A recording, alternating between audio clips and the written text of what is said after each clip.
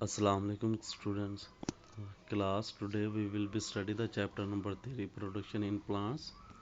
Previous lecture में आपने pollination के अकॉर्डिंग पढ़ा कि पोलिनेशन बेसिकली पोलन ग्रेन जो होते हैं जरदाने उनका ट्रांसफ़र होता है एक फूल से दूसरे फूल।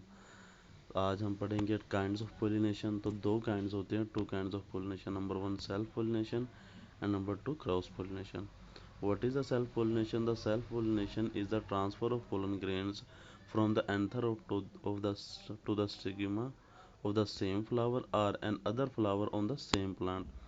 एक ही फूल के एंथर से उसी फूल के स्टिग्मा पर या फिर एक पौधे पर मुश्तमिल दो फूलों के दरमियान पोलन ग्रेन्स की मुंतकिली को हम सेल्फ पोलिनेशन करते हैं। ये एग्जाम्पल है लाइक राइस प्लांट्स ईटीसी जो होते हैं सेल्फ पोलिनेशन करते हैं। इसी तरह what is the cross pollination? The transfer of pollen grain from the anther of the flower to the stigma of the flower on another plant of the same kind is called cross pollination.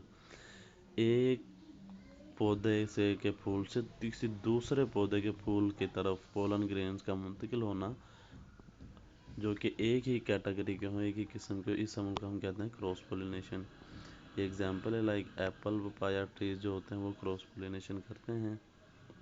इसके अलावा एक important point आपने इसमें याद रखना है जो इसे एक्सप्लेन किया गया है कि क्रॉस पोलिनेशन जो होती है वो सेल्फ पोलिनेशन की निस्बत बेहतर होती है, क्योंकि इसमें जो प्लांट जो पौधा ग्रो करता है वो बहुत ज़्यादा स्ट्रॉन्ग होता है। एज यहाँ पर ये लिखा हुआ है some flowers cross pollination produce stronger plants as compare to the self pollination.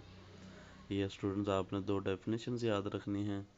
इसके साथ आज हम यहाँ पर एजेंट्स या पोलिनेटर्स की डेफिनेशंस कर लेते हैं। या what is the pollinators?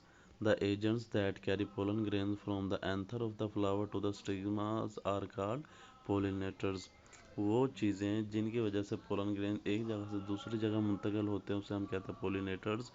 Like wind हवा के चलने से, वाटर पानी के बहने से, इंसेक्ट्स बर्ड्स एंड बीड्स हशरात या शहद की मक्खियों का एक जगह से एक फूल से उड़कर दूसरे फूल पर जाकर बैठने से पोलन ग्रेन्स ट्रांसफ़र होते हैं। ठीक है, इसके अलावा एक टाइप आज हम पढ़ लेते हैं पोलिनेशन बाय विंड। बाकी हम कल पढ़ेंगे। ठीक है, तो describe the pollination by wind. Wind के ज़रिए कैसे होती है? The wind picks up pollen grains from one flower and blows it on to another. हवा क्या करती है? हवा चलने से हवा के साथ एक फूल के जरदाने उड़ते हैं और किसी दूसरे फूल के ऊपर जा गिरते हैं।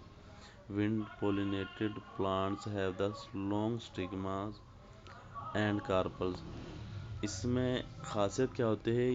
जो पौधे हवा के ज़रिए पोलिनेशन करते हैं उनकी खासियत ये होती है कि उनके स्टेमन्स और कार्पल जो होते हैं वो ज़्यादा लॉन्ग होते हैं, लंबे होते हैं। Like grass depend upon wind for their pollination. जो ग्रास होती है वो अपनी पोलिनेशन के लिए हवा पर डिपेंडेंट होती है।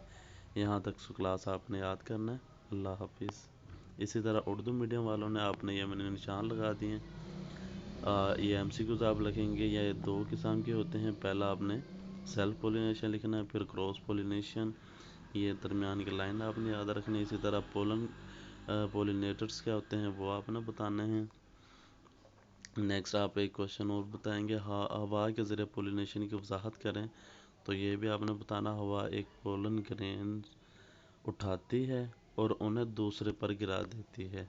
हवा के ज़रिए पोलिनेशन करने वाले पौधों के स्टेमन्स और कार्पेल्स लंबे होते हैं।